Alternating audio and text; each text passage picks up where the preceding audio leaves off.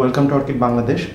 আজকে আপনাদেরকে orchid grow করার জন্য কিছু কুইক ট্রিপ দিব, যেগুলো আপনাদের সামারে কাজে লাগবে। যেটা করতে হবে, আপনার অর্কিড গ্রো করার জন্য কিছু আপনাকে ব্যালেন্স মেনটেন করতে হবে। তো যেই ব্যালেন্সগুলো মেনটেন করতে হবে ওইগুলো আপনাদেরকে এখন বলে দিব।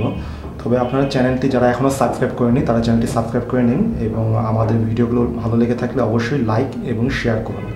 ধন্যবাদ। তো শুরু করছি আপনাদের জন্য কিছু কুইক টিপস।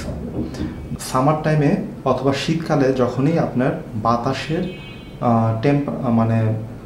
বাতাস একটু ঠান্ডা থাকবে অথবা আপনার আবহাওয়া একটু ঠান্ডা থাকবে, তখন আপনার ধরে নিতে হবে যে পানি কম লাগবে। আবার যখন হিউমিডিটি বেশি থাকবে, আপনারা যদি দেখেন এই মিটারটি, এখানে হিউমিডিটি আছে 52%, এখানে যদি 80-90 উঠে যায়, 90 বা 100, ওই ক্ষেত্রে আপনার পানি আবার কম লাগবে। মানে গরম আছে কিন্তু হিউমিডিটি বেশি, পানি কম। আবার গরমের দিন কিন্তু বাতাস ঠান্ডা, বৃষ্টি হয়েছে কোনো কারণে, অথবা শীতের দিন বাতাস ঠান্ডা, ওই ক্ষেত্রেও পানি আপনার কম লাগবে। আরেকটা ব্যাপার হচ্ছে, সূর্যের আলো খুব বেশি হয় অথবা আপনি যদি কৃত্রিম আলো ব্যবহার করেন, ওটা যদি খুব বেশি ব্রাইট থাকে, এবং একই সঙ্গে আপনার যেটা করতে হবে, হিউমিডিটি বাড়াতে হবে। মানে হিউমিডিটি আপনি কীভাবে বাড়াবেন?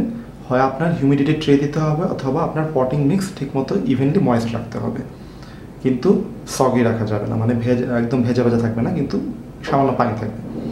যখন অর্কিড গ্রো করা বন্ধ করে দিবে কিছু জাত, ওই জাতগুলোতে আপনার ফার্টিলাইজার দেওয়া যাবে না। যেমন আমাদের দেশি কিছু জাত আছে, যেমন অ্যাগ্রিগেটাম, এবং আরও কিছু দেশি অর্কিড যেগুলো পিআরডি অর্কিড, যেগুলো আপনার শীতকালে দেখবেন গ্রো করে না, ওই ক্ষেত্রে ওইগুলোতে ফার্টিলাইজার দেওয়া দরকার নেই। যখন টেম্পারেচার বেশি থাকবে, মানে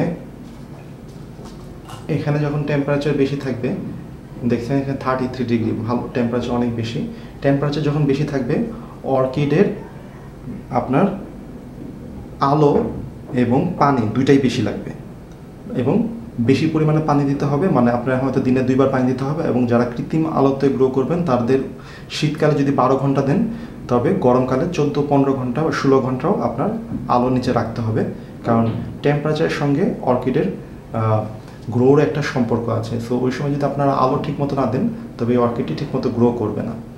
তো আজ এই পর্যন্তই। আমাদের ভিডিওটি যদি ভালো লেগে থাকে অবশ্যই আমাদের চ্যানেলটি সাবস্ক্রাইব করবেন এবং চ্যানেলটি শেয়ার করবেন। ধন্যবাদ।